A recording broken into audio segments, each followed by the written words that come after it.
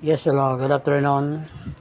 Amo na diri ang diana na padulong sa Luago, New Cortes. So ginhinay na diri og karsada mga idol.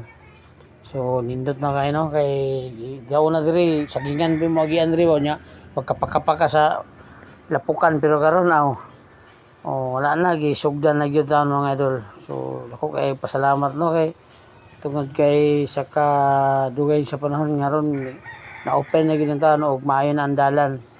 So masiminto po doon siya mga idol kay na naman po yung mga makinaryas po diri nga dapit.